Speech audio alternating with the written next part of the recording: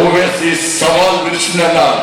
నేను చెప్తున్నా కరీంనగర్ ప్రజానికానికి, కరీంనగర్ లో కబడ్డీ ఆట మొదలైంది.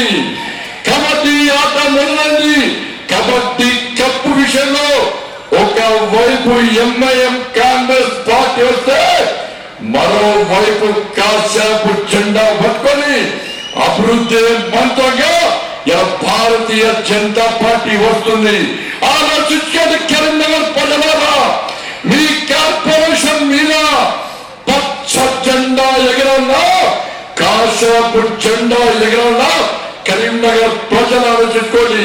సిగ్గుండాల కాంగ్రెస్ పార్టీ నాయకులకు నిన్న రాత్రి కరీంనగర్ లో కూర్చొని మంత్రులు కరీంనగర్కి వచ్చి అరే మేము అభివృద్ధి చేద్దామనుకుంటున్నాం కరీంనగర్ కు.